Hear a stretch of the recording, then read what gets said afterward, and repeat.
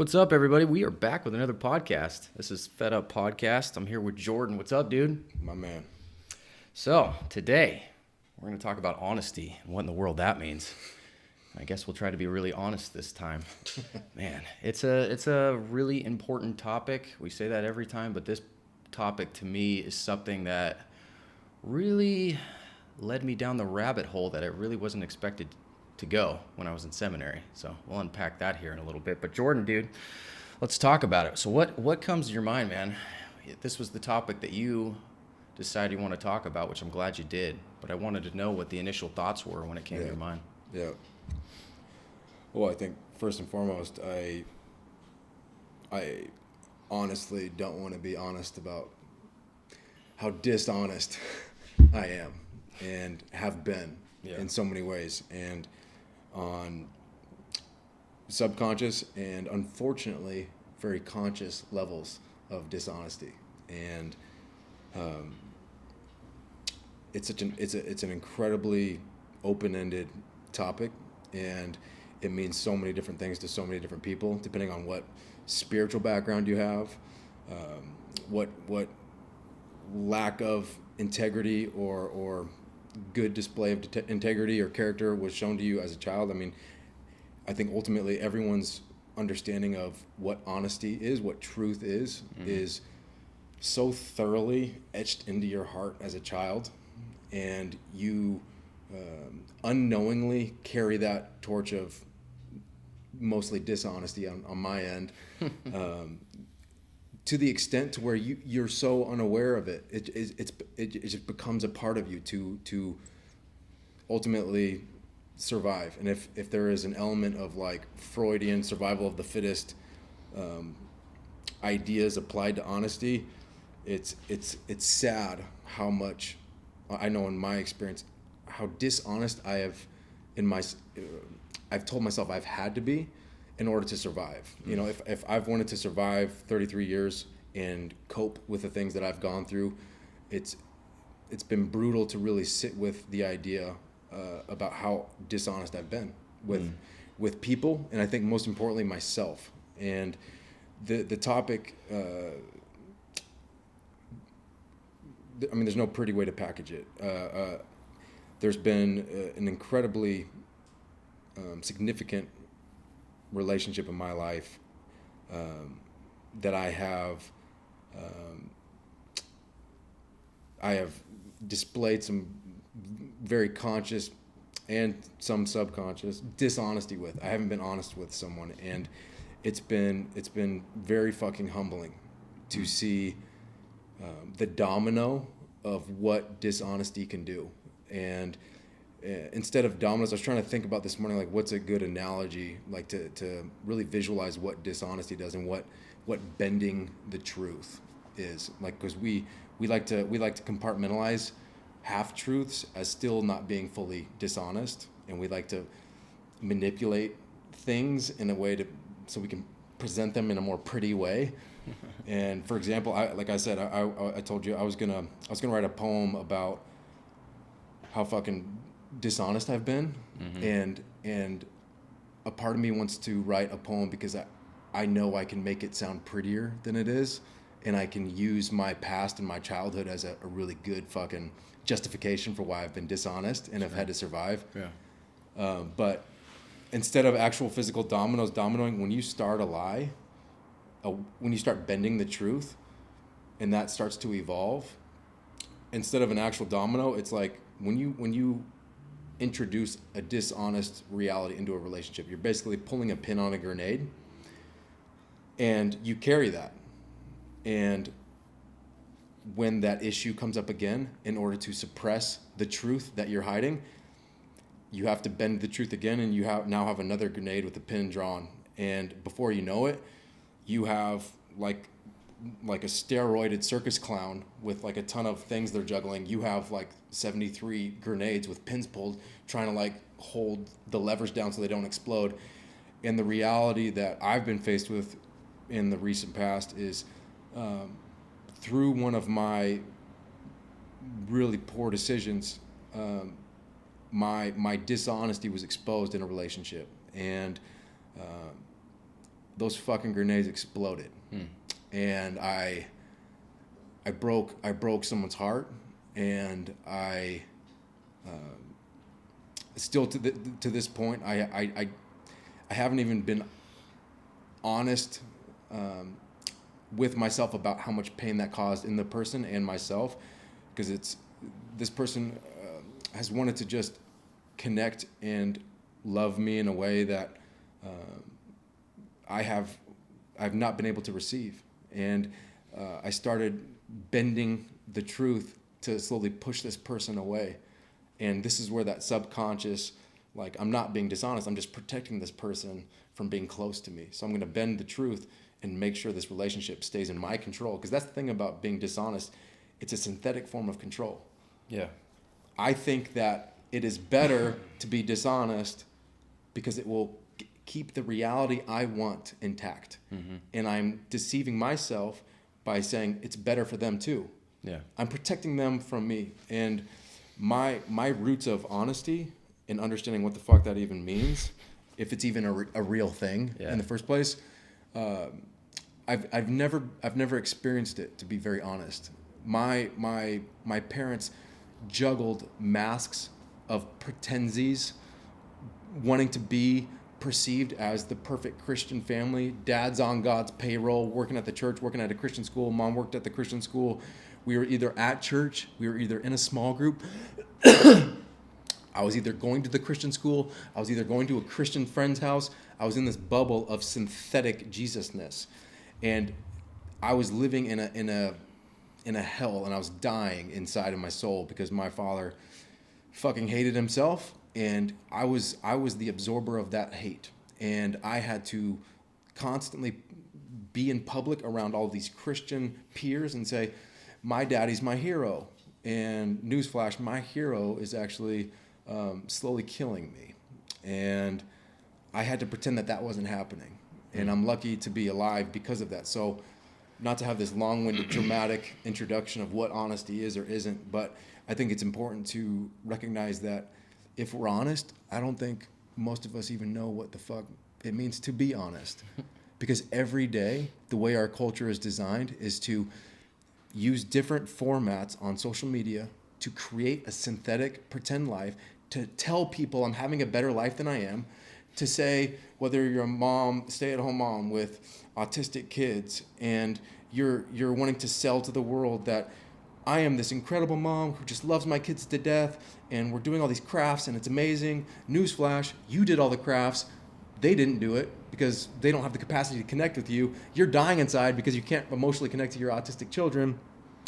And you're telling the world that life's great. So when you see all your girlfriends, you have to pretend that everything's great. Mm-hmm. And because you've established all the grenade pin pulling, you'll never be able to say, I'm dying inside. Yeah. I have 2 kids that I can't emotionally connect to. Yeah. I'm their caretaker.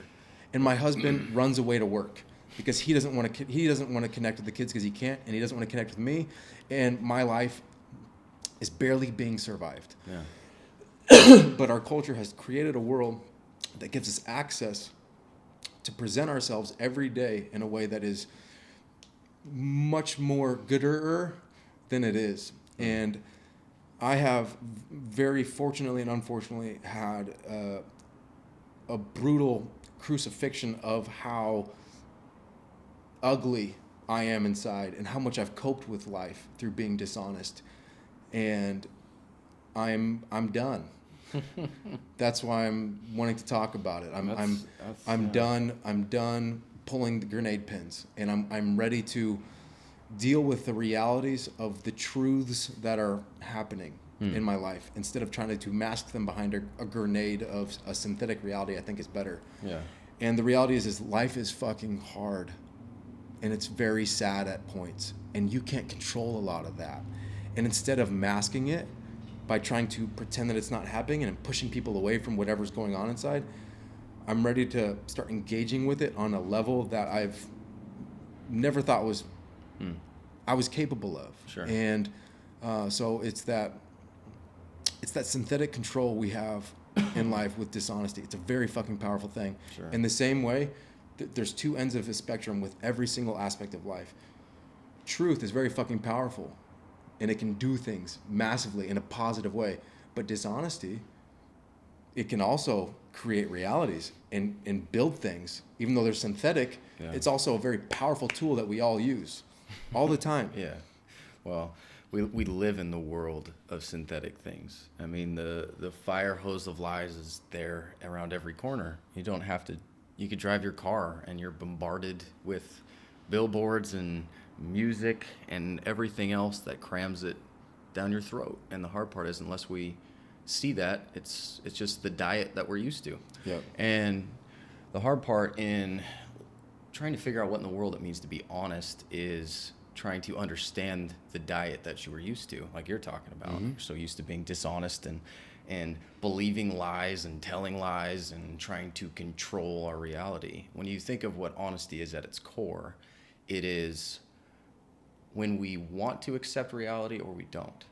Period. And when we see a reality that we don't like, we naturally try to change it ourselves, which is fundamentally something that is going to really rob us of life, because we are refusing to accept the way things are and trying to manipulate ourselves. We play God. That's basically what it comes down to.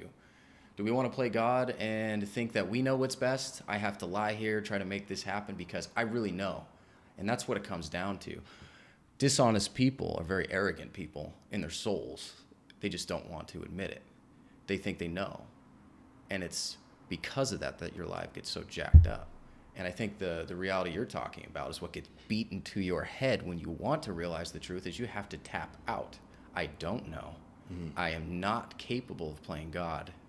I am not all-knowing, all-seeing. All I know is the little barometer that's in my heart right here. Mm-hmm. And I don't like feeling this way. I don't like feeling that way. If I could control my world to help make these feelings go away, I'm going to do it. Mm-hmm. And it's as subtle as that. And that's where the dishonest seed is planted. And that's where it just stems from there. And as someone who knows what that's like, when you see things that in life that you don't like, you do what you can to change it. You know, if there's one way to look at something, you're going to kind of turn a blind eye to the other way. So for me, you know, the big aha moment in my life came when I was sitting in seminary. I remember sitting in Hebrew class, and all of a sudden, I had this thought come in my mind. I wasn't listening, obviously, to what was being taught, but the thought that came into my mind was thinking about the faith I was in. I'm in seminary going to try to teach this stuff to other people. There's a part of arrogance in that I really struggled with, but the thought came into my mind of, if everybody approached truth the same way I was approaching truth, would the world be a better place? And I've talked to you about this before. Mm-hmm. And the question is a big question, and it's easily dismissed with like, yeah, of course, you know, if people can meet Jesus, of course the world would be a better place. Mm-hmm. But then dig a little deeper into that. Would it really be a better place if everyone approached truth the same way I was approaching truth? Because when I'm honest about myself and how I was pursuing truth, it was not from a wholehearted perspective. It was from a scared perspective. What if what I am practicing is wrong and not true? I don't even want to think about that. That's why I was great at apologetics. I could teach you all the arguments for why it's true. Mm-hmm. But I'm not going to look at the other side of the coin, right? Because that's too scary until I decided to.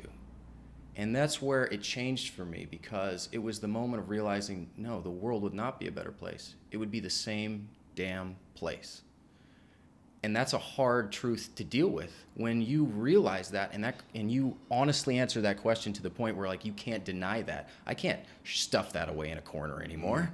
Mm-hmm. That answer is like dominating. Mm-hmm. So yeah, that's when things really started to change, and that's when I realized I had to tap out and quit trying to control what I wanted to be true. And that's such a key part of when we can ever be an honest person. Yeah. It is finding that point of saying, it's all right that I don't know, because that's the only thing we really can do. There's things in life that happen that we're not made to control. And the only thing we can do is try to figure it out as best we can. We can't protect ourselves from the pain that comes down the pipeline.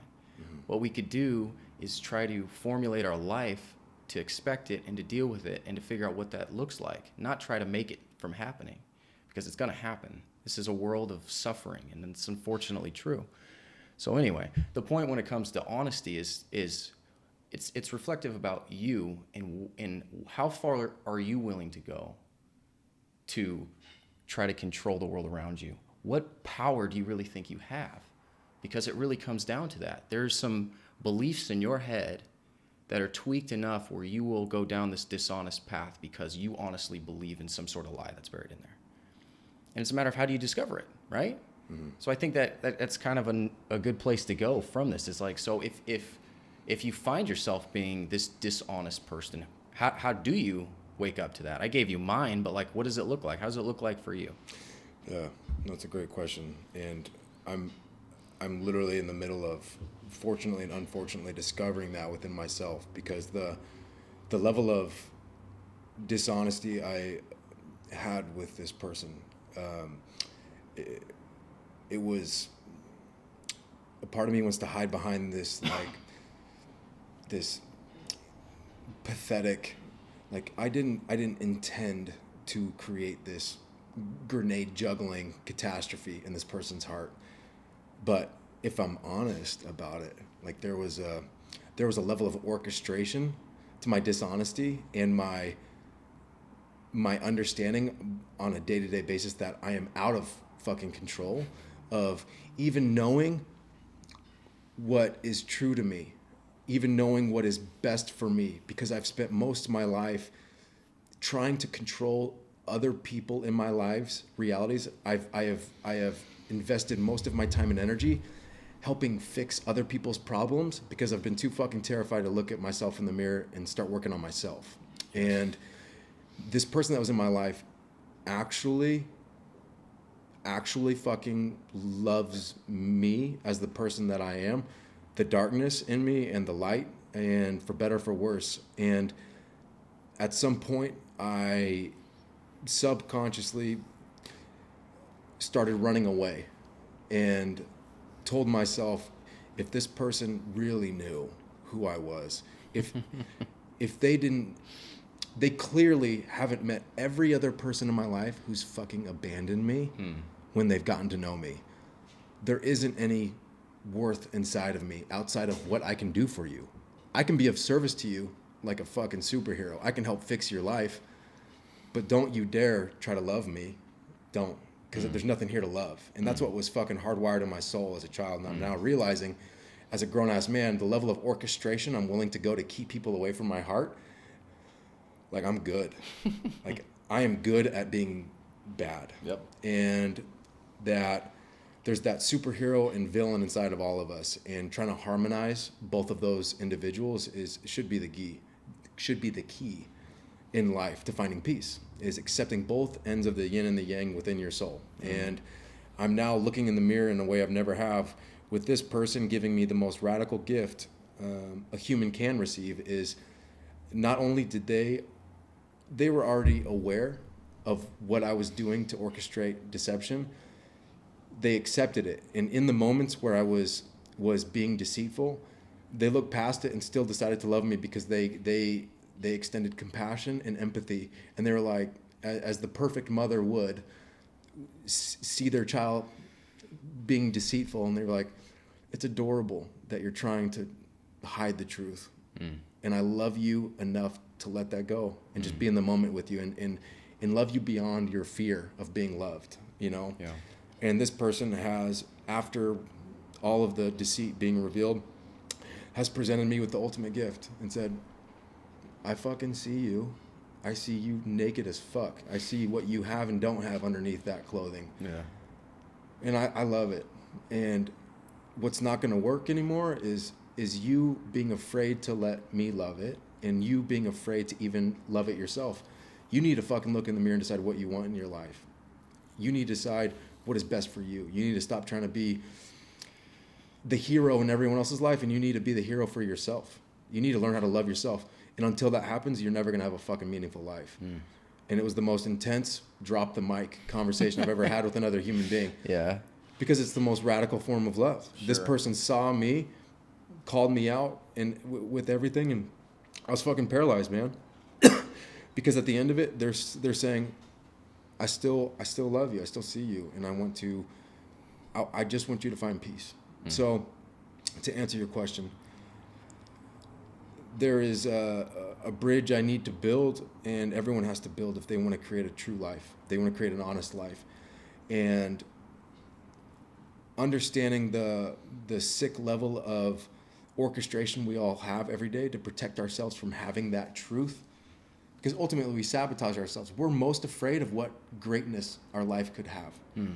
And that's what I'm sitting with these last few days, especially, and moving forward and wanting to have this dialogue with you organically. I didn't want to plan for this because I didn't want to hide behind some pretty version of truth or dishonesty. Sure. And I'm sitting here with you here after how many fucking heavy conversations you and I have had in public. Sure. And I'm telling you right now, I feel like I'm starting at square one in a lot of ways. Sure.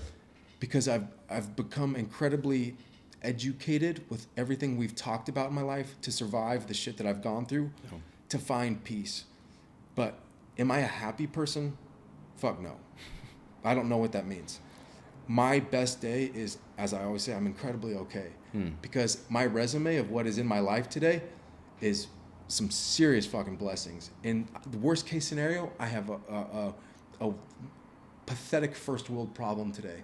I have food.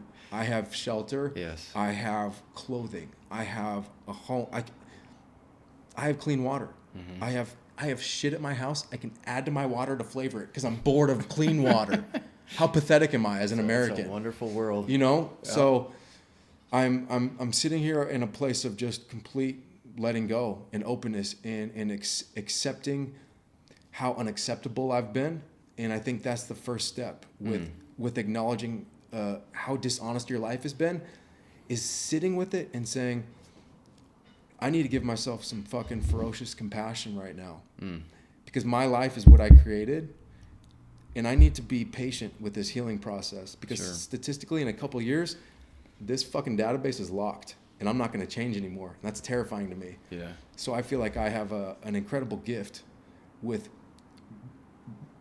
someone exposing how fucked up I am with my level of lacking self-love and orchestrating a life that I think I'm in control of. And I'm in a position of now going to ask you a question because I'm in limbo right now. I'm in purgatory of life in a lot of ways because I know who I am intellectually and I know who I am like on a soul level, but now creating a life of that truth it's new territory. It's new territory, and it's terrifying in a lot of ways. But I feel peace in a way that I've never felt it. And as I said to this person, I said something I've never felt in my life, and I've let go of, and not in a defeated Buddhist Taoist way. Like I don't have hope in my heart for anything. I don't hope in anything because I just want to be in a position of whenever the next moment, the next day happens. I don't want to be thinking that maybe it's going to be better than it is. But I'm now in this position where I'm like, I have a belief in borderline hope that my life will become more meaningful because I have been fully seen by someone and true unconditional love has been extended to me. And now I'm in a position of how do I give that to myself? You know? Yeah. So it's I know for a fact what dishonesty is in a life and how destructive it is. Being in an environment where parents have zero honesty and have survived and created a life that I've done my best and it's not been great. And I'm now in a position where I honestly know what doesn't work. And I'm ready to really explore what truth is and how to implement that in a fearless way. Yeah, I gotcha. Now you think about what you just said, and you said you know how destructive a dishonest life is. The opposite holds true as well. How life-giving an honest life is. It's the yin to the yang of what you just said, right? It's just a matter of how much do you believe that. Do you believe it enough to be completely honest, 90% honest, 80% honest? How solid are you on that belief? Because that is a key part to whether or not you will be honest or not. Like how destructive is life really? I mean, can I still have fun in a destructive life? Like, is there moments of happiness? Like, what does the destructive life look like? You know what I mean? So I think the key part when it comes to learning to seek honesty in a world of lies and deception is knowing that it's life-giving at its core when you can. Because you know full-heartedly now how destructive a life of lies can be. So if you ask yourself, okay, I know that, then obviously the other side of it has to be true.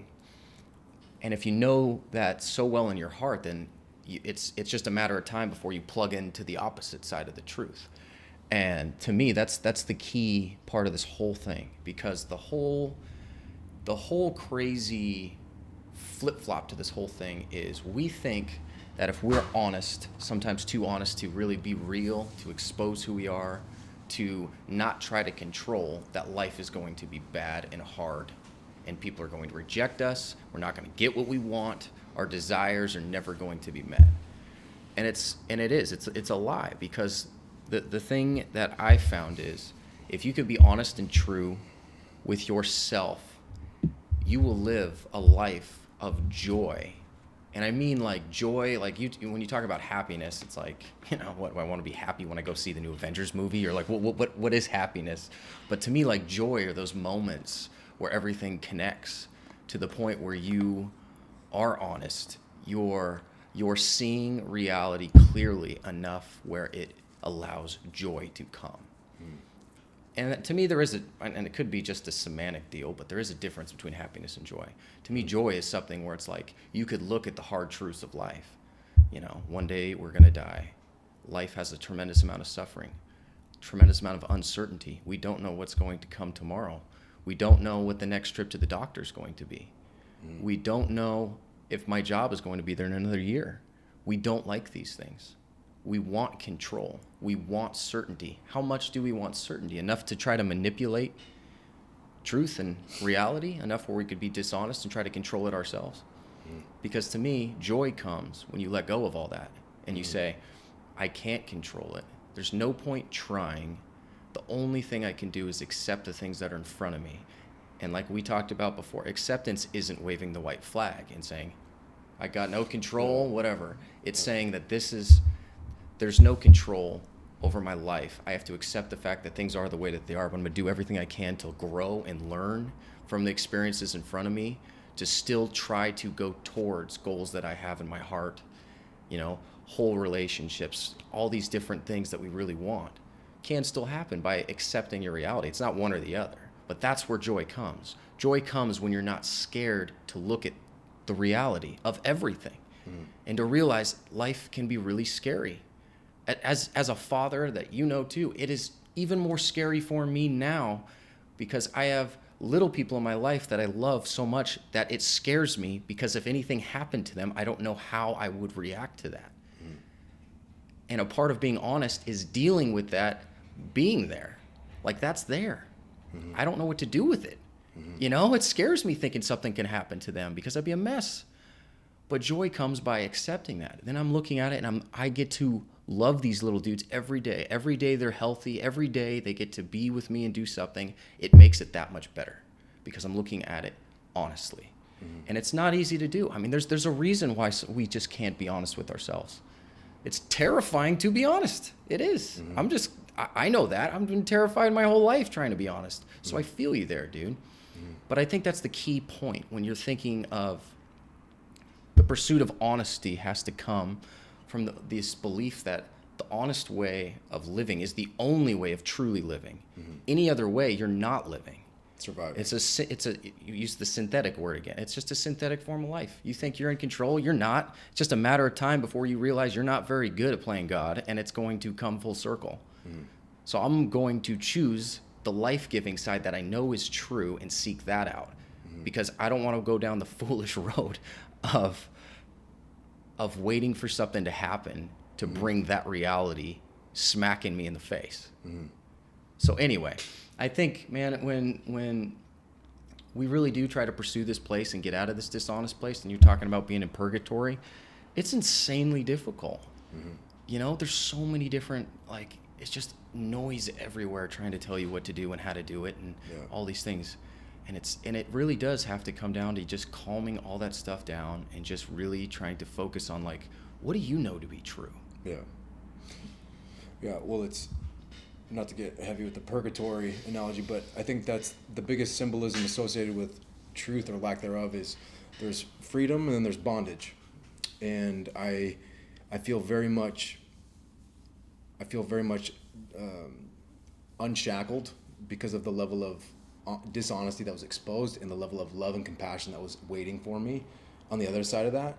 I feel peace now knowing that I don't have to be in that self-imposed prison that I created. And I'm now sitting in this place where it's fucking exhausting being me, and I don't wish my life on anyone. I don't wish my friendship on anyone. There's a reason why there's not many people in my life. I'm exhausting, I'm intense, and I don't know how to not be that. Sure. And the more I have been truthful and honest about who I am and owning that, the quieter my life's gotten. And I have sacrificed and lost a lot at the sake of trying to explore honesty and truth. Mm-hmm. I don't talk to any of my family. I have zero connection with anyone who's biologically connected to me. And the couple people in my life actually see me, know me, and for whatever reason, they love me. And that's what gives me that like taste of hope, is because being in purgatory, I know there's at least 2 other human beings in the world that know me, and they say there's value there. And that's what incentivizes me to explore the freedom of whatever the fuck truth means. And that's where I'm at. It's fascinating to see how much of a control freak I've been, because being through abuse and shit and addiction, those are the highest forms of coping with abuse. Addiction is controlling something to make up for the pain that was there. Mm-hmm. That's what addiction is. It's controlling an escape and satiating that appetite for a free, safe space for whatever your addictive appetite is. And being free of that addiction, I have made prettier addictions to coping with life, with approaching people in certain ways. I've become addicted to becoming clinically, surgically good at understanding what people need and how to keep them away and at a distance. And I'm now in this place of I need to explore authenticity to the extent that I am willing to be fully who I am and let whoever wants to come in and whoever doesn't want to come in, let them out. And it's amazing how powerful it is to be in a place of purgatory and realize that you are powerless, and we're always powerless if you truly, honestly own who you are. Allowing people to see that the life you're going to have, it's incredibly humbling if we're honest about who would be there, who would be in that room with you to choose to be connected to you. Mm-hmm. If you were honest about what is true for you, what you're passionate about, what is where your thoughts go, where your sexual appetites are, where your whatever expressive, like everything that makes you, if you own that shit and you present it to people, I think most people would be terrified at how quickly people would run away. Yeah. If they were honest. And that's why we are such unique creatures, because we need connection. We need people. And we realize when we're honest how much we compromise and how much we die to our truths in order to be connected to synthetic forms of intimacy with people. And we, like we were talking about earlier about friendships, how many people we're carrying over from the past. And my level of loss with friendships has been very high. Yeah. Because the more I got honest about what's really matters to me through dealing with cancer and shit, and seeing how weak and pathetic our lives are, and how much it's my responsibility to create a life of meaning, the more I've pressed into that, the more I see how much people don't care about having a substantive life. Sure. And I feel very much in a place of knowing that I don't know what the future holds, but knowing full well, like you said, if the yin to the yang is being shackled and in this self-imposed prison, that's what deceit does. I'm a kinesthetic learner, and that's exhausting, because you can't learn about life and truths until you feel them. And I'm more aware of how exhausting it is to be a kinesthetic learner than ever, because I'm feeling the weight of how much I've tried to control a synthetic life. But what I feel peace about is I believe there can be joy, like you talked about in life. I believe that's a possibility. Yeah. I don't know what that feels like yet. I don't. But I think that's okay. You know, and I think that's exactly where I'm supposed to be. And I feel peace about that. You know? Yeah, totally. So I think a unique thing about truth and honesty that I'm wanting to explore moving forward just in my life, but I want to hear from you specifically, is I feel that there's a big difference between objective truth and how to inject honesty into your life intrinsically and offer honesty to relationships and how to navigate those things. So for you, being someone that's so brutally educated with the truth of spiritual things, you know, you and I grew up in a very unique environment where the truth will set you free was pounded into us all day, every day because of sweet baby Jesus. And when you hear that, truth will set you free. I mean, what does that mean to you in terms of how are you trying to free yourself from yourself with the dishonesty? How do you navigate that? What does honesty mean to you in creating honest relationships? Like, how do those two things impact your day to day, and how do you strengthen those honest muscles and truth muscles? That's a good way to ask the question. Oh man, I think when you think about that and reflecting on some of the things you just said, go back to your grenade analogy, right? Yeah. If every lie you take is like having to hold a grenade, I mean, what's the life of a liar then? A juggling of grenades constantly? So think about it for a minute. So we live in the land of liars and those who love to believe the lies. At the highest level, politically. Yeah, I mean, across the board. I mean, it's just, that's where it is. It's sadly the way it is. But anyway, think of the life of a liar and the life of someone who lies, believes lies, and what that looks like. It is a juggling to the 10th degree. You were caught between lying to yourself, lying to others, and to maintain the lie requires a ton of work. You have to be on your game. Otherwise, your lies don't work to yourself, to other people, or whatever else. So when you think of the truth setting you free, it's not having to juggle anymore. It's not having to maintain the work of the lies that you are a slave to, because that's what they do. The terrible thing about lies and dishonesty is we think we're the masters. We think that we're God, when in reality we're not.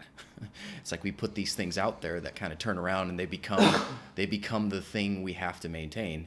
I mean, it's very symbolic of so many things in our world. Think of a mortgage, right? You buy your house. It's like, oh, I bought my house. Well, you kind of bought your house, but you actually have to pay a ton of money every month, and you better be damn sure you have a job to make that payment. Otherwise, you're not going to be able to pay for it, right? Or you buy that nice car that you have to maintain, take care of, make sure no one's scratching, make sure the kids aren't destroying it in the back. So it was something you bought, you chose to buy and get into your life, but all of a sudden now it's something that has dominion over you. You gave it that way. You gave a piece of yourself for something you thought would satisfy. So whatever, if that really does satisfy you or not, who knows? But the point being is the same thing goes with all these lies we tell. We tell a lie, we throw it out there, and next thing you know, it's the same thing. You have to maintain it. You have to keep it alive, breathe the breath of air that comes from your godship into the lies that you created. And it takes work. So the truth sets you free in my mind because you release all those. You let them die and quit breathing the life into them. You're free from the dominion that comes by these evil little things that you created that are in the world.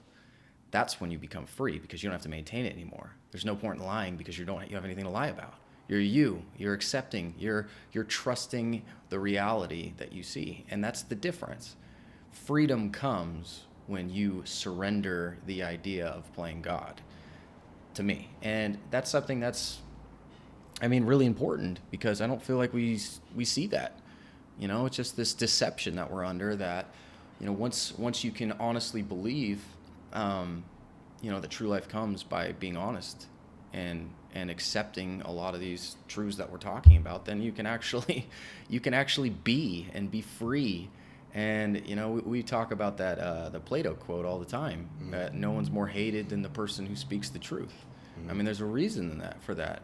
There's so many people that just don't want to hear it. They don't want to hear what you have to say, because then they have to remember. It exposes them. They have to remember that they're in prison. Mm-hmm. They're not free. Mm-hmm. And it's sad. So yeah, it's a big part of wanting to talk about this, for me to think about all the ways that I still struggle to be honest, and there's constant contradictions that need to be worked out. It's just the way life is, but at least you're working them out. The hard part comes when you're not, when you're slave to the mindset of I'm in control, I know what's best. Mm-hmm. The arrogance that comes. So I think, yeah, to me, that's what it's about. So what, not to put you on the spot, but to put you on the spot, what areas of your life do you feel are still being governed by dishonesty? Sure. On whatever level, In the same way, I tried to establish at the beginning, my perception of truth is it's something that can be bent. Mm-hmm. But the reality is you can't bend truth. It's very black and white. There's one side of the yin, one side of the yang. Like what areas in your life are you subtly bending or significantly bending to where you're conscious of it or recently conscious of it? And what are you doing to navigate those bent truths?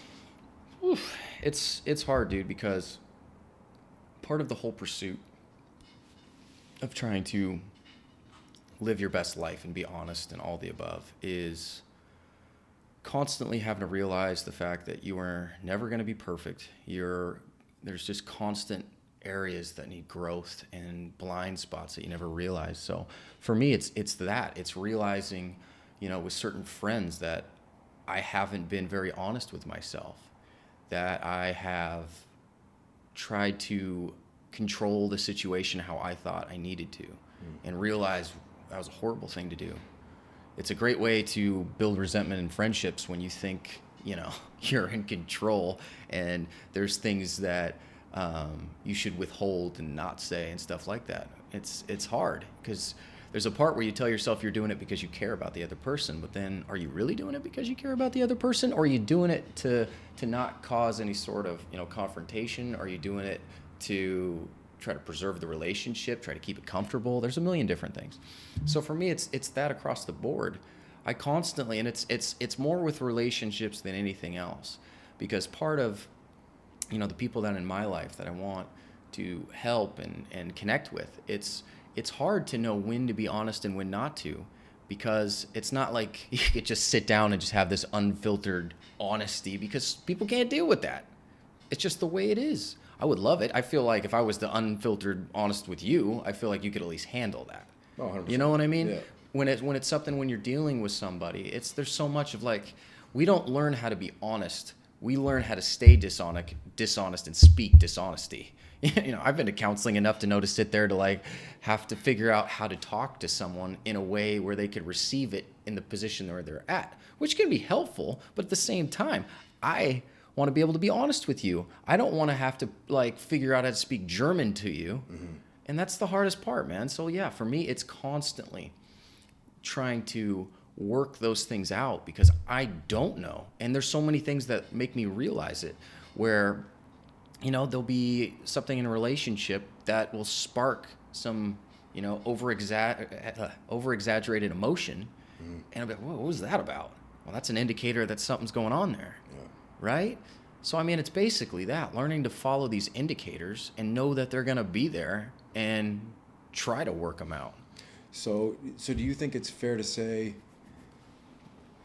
if you can sit and analyze objectively the relationships you have in your life that take up, the majority of your relational free time, is it fair to say the people in your life that you invest the time into is a direct reflection of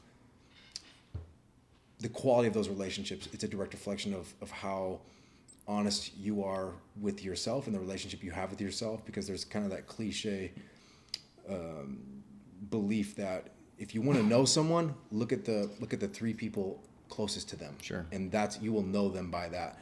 And I fully agree with that. And the more I've grown and evolved with different relationships, and the more risks I've taken to be honest or be intimate or vulnerable, it's very apparent how much I am learning to love myself and value myself in proportion to the type of relationships I'm willing to risk. Because that's the thing, is it's very risky. The riskiest thing you can do is experience love with someone, because to be seen and to be known and to potentially be rejected is the greatest heartache. Yeah. You know? So with you and the relationships kind of open-endedly in your life, what has been the hardest part to digest with realizing the lack of honesty that's been in them, and how do you cultivate, because you have a lot of hats. You're a father, you're a coworker with family, you're a husband, and you're a friend to many and a mentor to many. Like, how do you carve out your truth and your most honest self with being so many different things for so many people? You know? Yeah. Like, how do you audit yourself day to day? Sure. And it's, dude, it's so hard, man. I honestly still struggle with trying to figure out how to do that. How to judge my motives when I'm in friendships, how to, just try to understand, like, okay, so I have this friend, so why do I have this friend? Why do I feel like I treat him this way? Why, like, there's so many different things that it's just a really daunting task to try to figure out. So for me, yeah, it's something that I have cut out a ton of friends in my life that I have had from church groups, from so many different things, and dwindled it down to the place of, like, does this person bring life into me? Do they really care about me? Are they trying to get something from me? And it's done in the hopes of it's a real authentic deal where there's give and take, not just take or not just give. It's both. And it's a really difficult dynamic. I mean, you have all, like you're talking about, we all have all these hats to wear all the time. And to try to figure out the path of, being the honest dad, or the honest husband, or the honest coworker, the honest friend, it's really difficult, especially when you can't be honest with yourself. So I think, like, the path for me is learning, how in the world do I be honest with myself enough so I can be honest with these other people?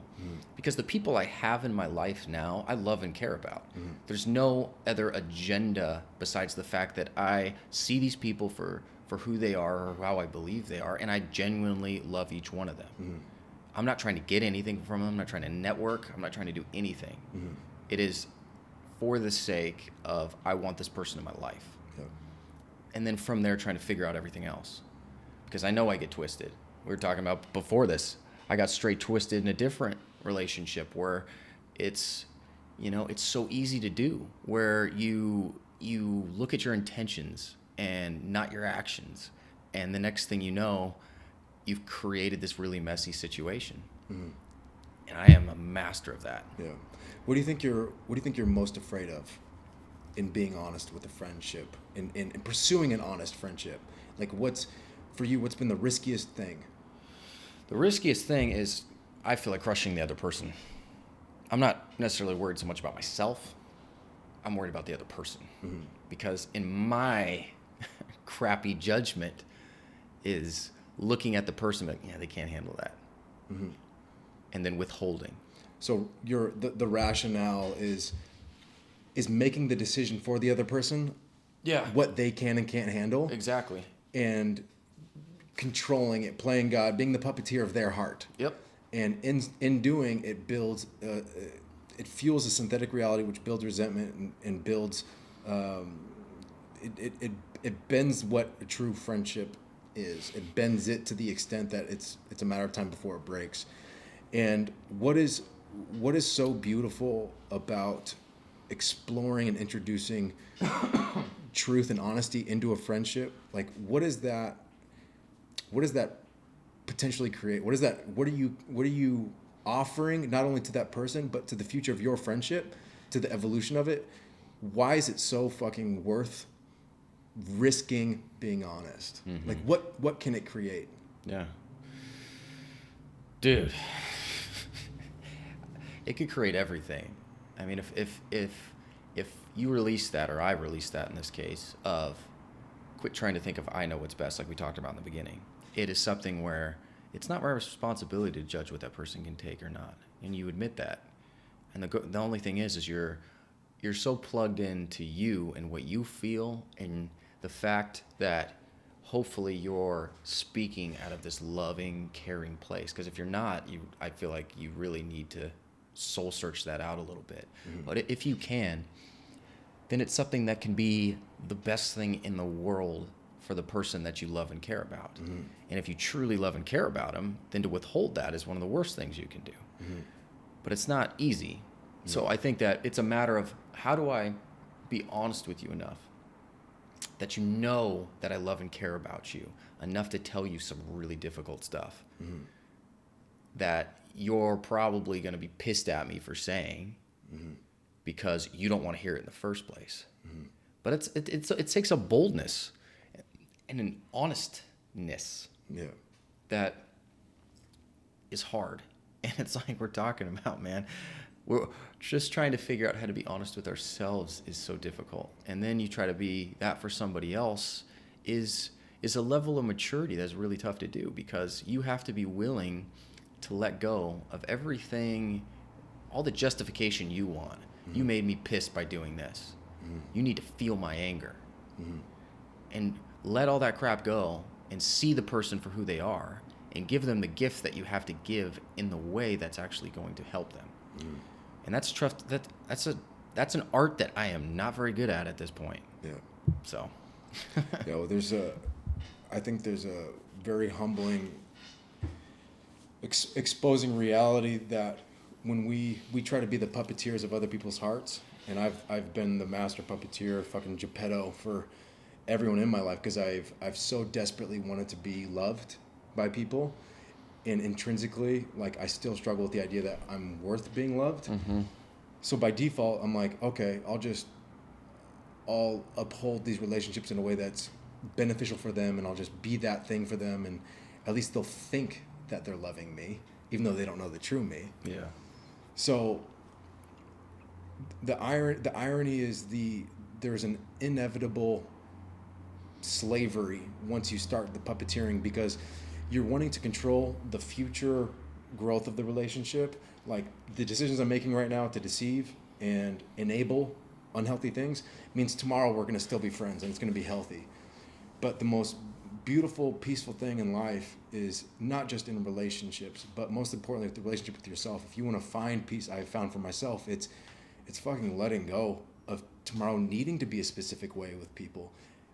I don't need this person to love me tomorrow. I don't need this person to agree with the decisions I made today, tomorrow. And if they want to leave, that's okay. Mm-hmm.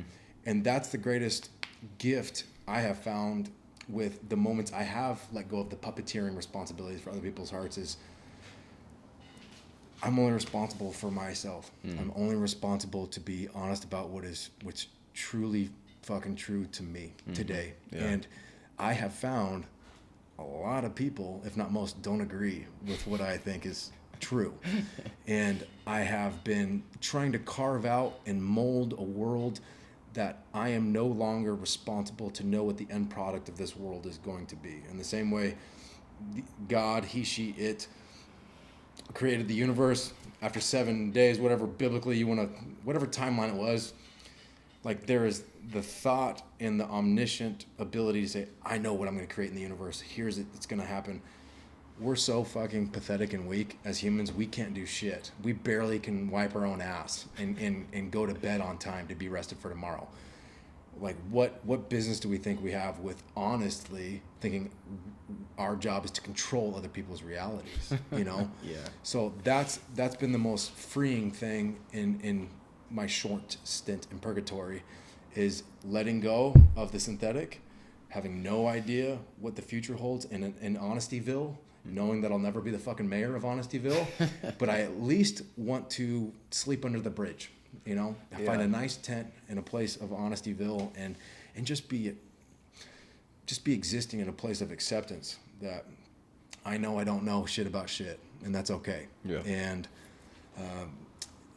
it's a terrifying thing in a day and age where we want to control and quantify every fucking thing every moment. and dictate the future and invest in a 401k and everything. Mm-hmm. And there is infinite suffocation in there. And I think for me, establishing, I know I don't know how to be fully honest with myself yet, and I'm working towards that. As we always say in all of our conversation, is like, it's not about what you've been, it's not about what you're going to be in the future. It's like being honest about where you're at today and finding out how to be ruthlessly compassionate and patient with yourself today in that place. Yeah.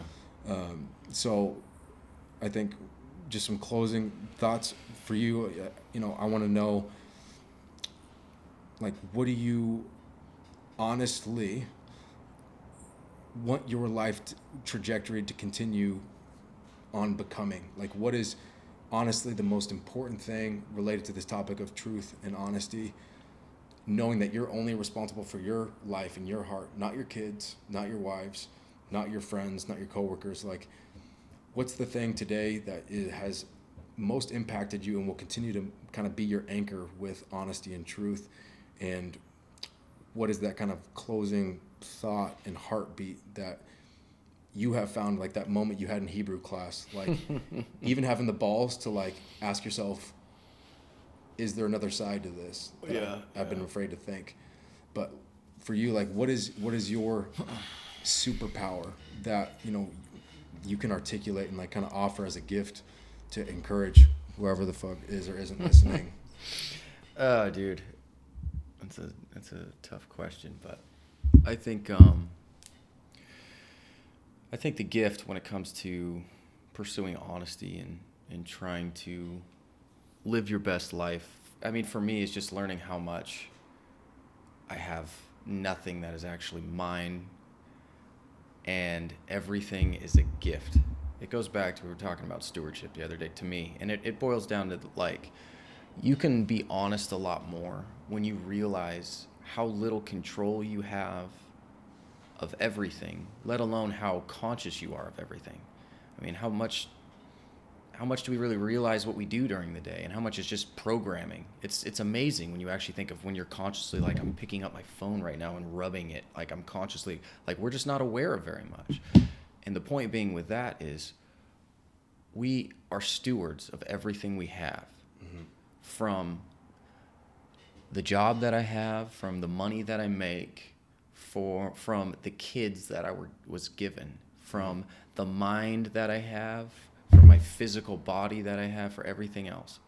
And to me, when I think about it like that, it helps me surrender to so much, because we think about the road to dishonesty is about control, because we think we can, and we think that so many things are ours to own, and that we need to figure out the things that are ours to own. And when in reality, when you kind of see it for what it is, where there is way more going on that we ever have control over. Mm-hmm. Just look inside the cells of your body and try to understand how many processes take for your physical body to be sit here looking at me right now. It's humbling. Mm-hmm. And when we take that and we accept it, it like drops so much of where you're like, you just submit like the dog on its back. Mm-hmm. You're just like, yeah, there's nothing else I could do here, but just trust that, like, there's more going on here than I'll ever know, and the only thing I can really do is accept that. Mm-hmm. In terms of my life or everything else. And it sounds weird because it almost sounds like I'm saying give up or surrender when it comes to, trying to get your life and shit figured out. But I'm not. It's not. It's like admitting that control is an illusion, and dishonesty really does come from some sort of seeking control. And once you kind of see how little control you have, it changes everything. It really does. But it's just a matter of, do we really want to see that or not? Because we don't. We like getting into our cars and feeling like we have some control over the road, that I can drive home from here, and I'm not even going to question the ability to jump in my truck and make it home, because I trust in my control. But you don't think about how many of the other cars you have zero control over or anything else. Yeah. And it's the same goes for life. We just want to focus on our car. Yeah. And in reality, there's way more cars on the road and other things going on. So anyway, not to make it some cliche BS answer, but I do think in closing this whole thing, yeah, it's just, dude, just uncover that. Just try to ask yourself, like, what are you trying to control? Why do you think you have control? Well, I think the one thing I want to piggyback on and force you to do a 2-part closing thought is, because something I read that you wrote really powerfully is talking about stewardship and talking about what we're responsible for in terms of our lives, and specifically this topic of truth. Truth is a very dangerous, misunderstood thing because we associate truth with specific religions. Like most people in the world associate with some spiritual idea of what truth is. Okay? Yeah. The danger in that of submitting your individual power to have free thought, just throwing it at and aligning with Velcroing it to, I'm not going to think, I'm just going to do what this book says. I'm going to do what these dead people said to do, and I'm just going to carry that torch. There's so much danger in just being that blind sheep.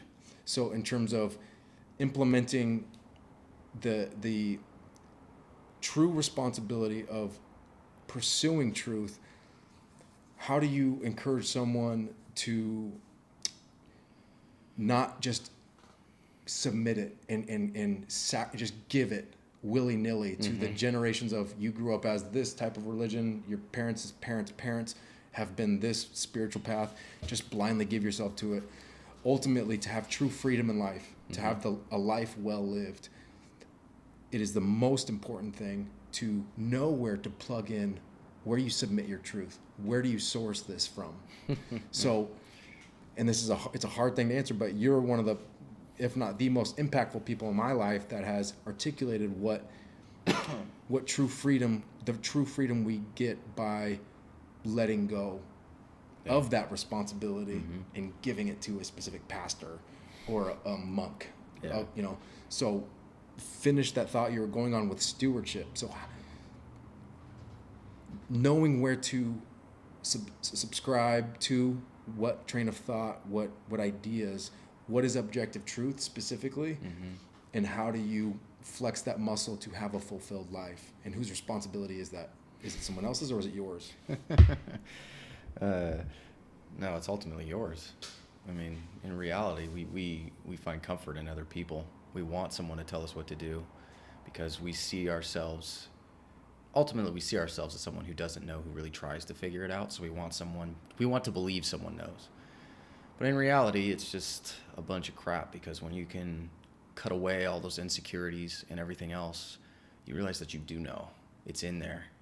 It's buried underneath the ego that you built that needs to go away, underneath so many different things. All you need to do is be still and listen, and you'll know what I'm talking about. It may take a while, but it comes. There's a reason so many millions of people around the world just sit in silence. I mean, it's true. And yeah, when it comes to this, I mean, what you realize in all this is you just are like this conduit. That's it. And so when it comes to being honest, the honest pursuit is accepting what you are supposed to be. Don't hoard shit for yourselves. You just let it go. Let it pass through you the way it's intended to. You've been given everything. You're not made to hoard it. You're made to give it. That's why it means something when you do give it. So when it comes to being honest, for me, it's really learning to get in touch with that and be honest with yourself enough to know everything needs really in here. And that's it. Yeah. So anyway, dude, I mean, do you have any other thoughts before we wrap this sucker up? No, man, I'm just infinitely grateful for your openness and transparency, and God knows I know I don't know. and I think that's exactly where I'm supposed to be today, and that's okay, That's right. So thanks everybody who tuned in. Yeah, if you want to, hit us up with any questions, anything, just email us. We're still doing our stuff, working on projects that we have going on, so stay tuned. We will be in touch. And that's it. Talk to you later.